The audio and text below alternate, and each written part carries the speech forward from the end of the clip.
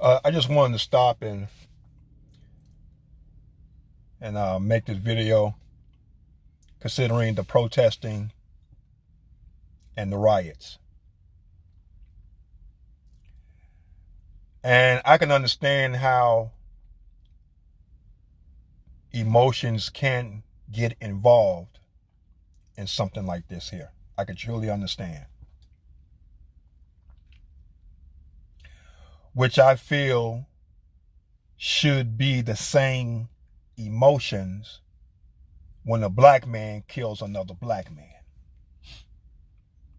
I think the same time, the same energy, the same investment, the same dedication, the same loyalty should go into when another black man kills another black man. When a black man kills another black man.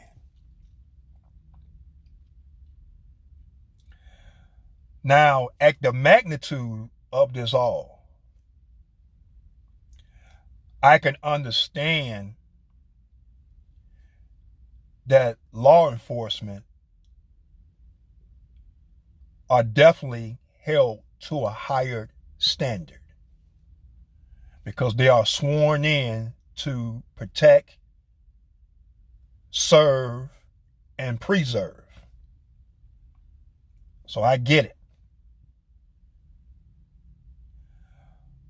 But when you look at a white man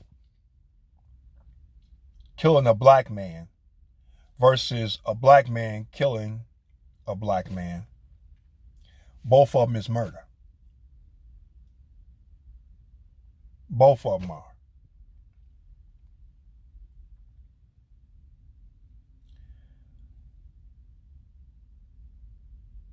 I think it's a slap in the face to sit here and destroy, loot, steal, commit criminal acts. That's not representing George Floyd or anyone else that have died or been murdered by someone in authority, or even someone that doesn't even have an authority. But when you look at black on black crime versus a white man or a yellow man or orange man, it just seems it to me. I mean, to me, it just has no merit.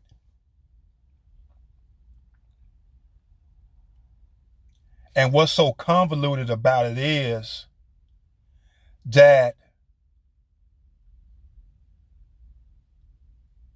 what's being done now is not going to change the people that's under the hood. You know, when you have a car and you have a problem with your car, and more than likely it's a spark plug, what do? You don't leave the spark plug in there. You swap it out and you put in the new one. And bingo, the car runs fine. Pretty much the same thing with the system. You have to go under the hood of the system and pull those bad spark plugs out of there.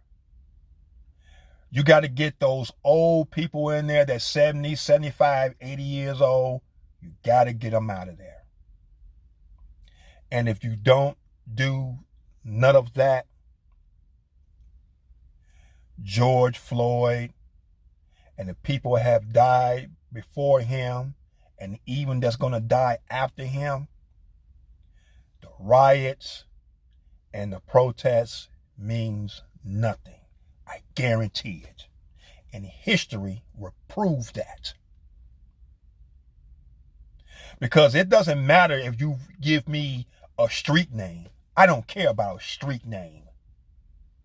It doesn't matter if I win a silver suit for 10, 15, $20 million. No, it doesn't. No, I don't care about that. What I care about is the representation of the right people being in those seats. The right people. I don't care if you black, white, or Hispanic. When you are sworn in to do a job, to represent the people, you are sworn in to represent all. Not just a class, a color, a race, or people that's just poor, or people that's just middle class, or people that's just rich, or people that's just wealthy. And when you get sworn in to be a police officer, an alderman, a mayor, a governor, a president, vice president, secretary of state, so on and so forth, you are sworn in to do the job to represent everybody in this country. And that's where we need to start applying the pressure. That's where the problem is at. If we fix that problem, I don't think you would ever, or it'd be very rare, that you would see a George Floyd, a Ahmaud Arbery, a Breonna Williams. It'd be very rare, very rare. It'd be very rare you see a Laquan McDonald. Okay? It'll be very rare, and other black men that has been murdered due to the use of unnecessary excessive force. Okay? The problem, and I keep saying this, the problem is not on the streets. The problem is the people that's supposed to be controlling the streets.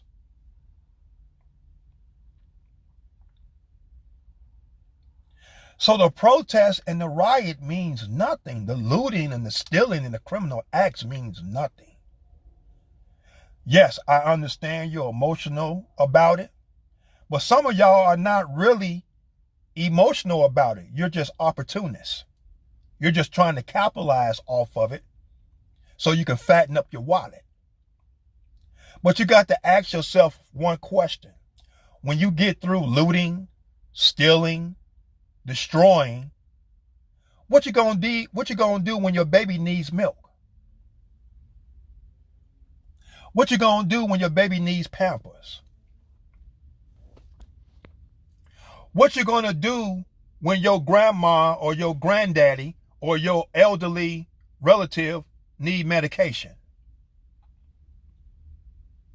Huh?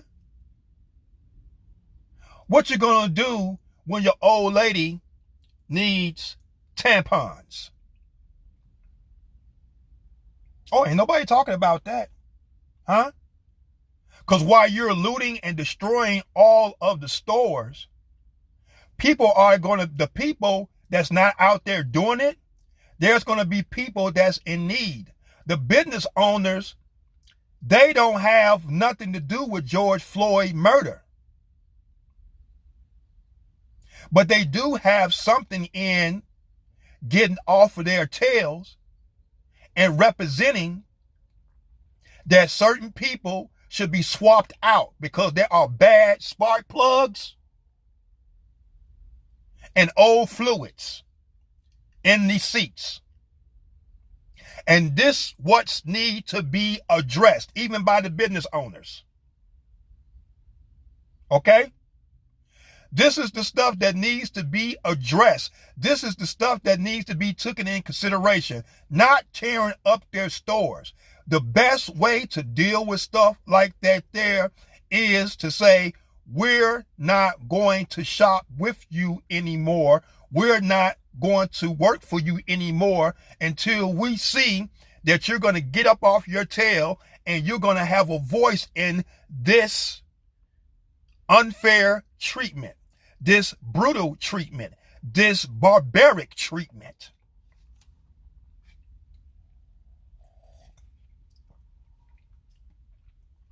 And until you do that, y'all people are out there, you're protesting and rioting, you're not doing nothing.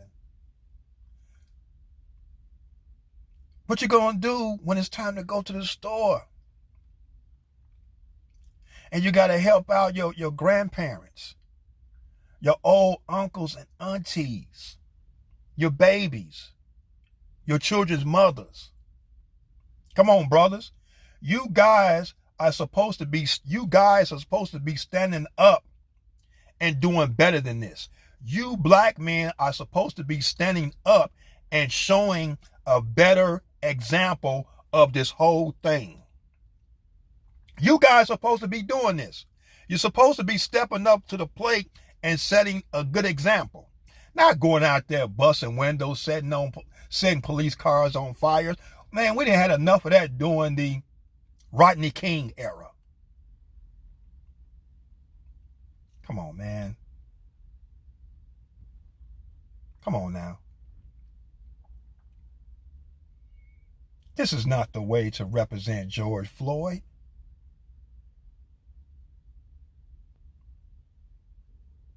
This is not the way. And it's definitely, and then now, I mean, when it comes to the celebrities and the rich people, the black celebrities and the black rich folks and stuff like that there, I just shake my head, because a lot of them, they really don't care. They're just using the platform to act like they do care and they do feel bad. And them the same people that would sit on their tail and see black on black crime, hear it on the news all day around the United States. And the only time they want to come out is when it's time to hit the TV. That's what frustrates me with a lot of these black leaders. They only want to come out when you get a Ahmaud Arbery, when you get a George Floyd. Black men are being killed every day. Black on black crime, and they're getting killed by police officers around the United States of America. All of it just don't hit the TV.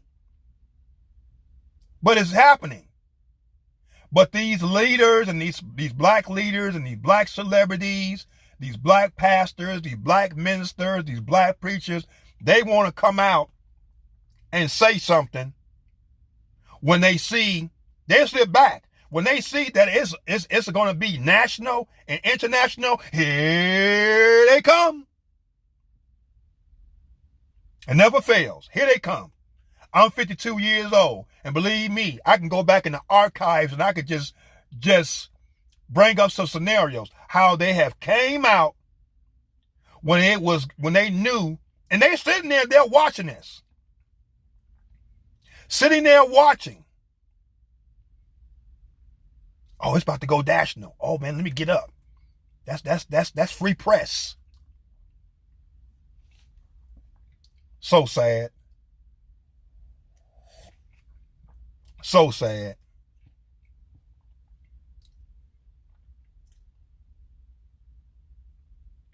But here's a message. One of these days, I'm going to be heard by so many people.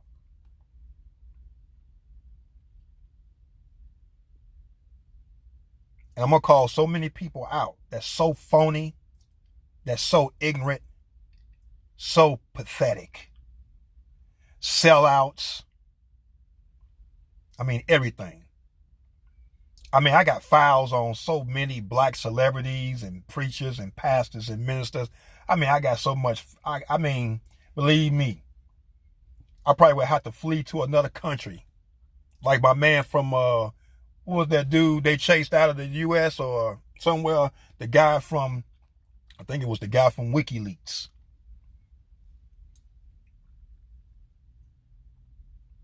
How phony they are. How pathetic and sorry they are. You only want to be available. You should be just like when people are sworn in to serve and protect all, just like you, celebrity, just like you, athlete, just like you, politician, just like you, black leader. Every time a black man gets murdered, you need to get up off your ass and represent.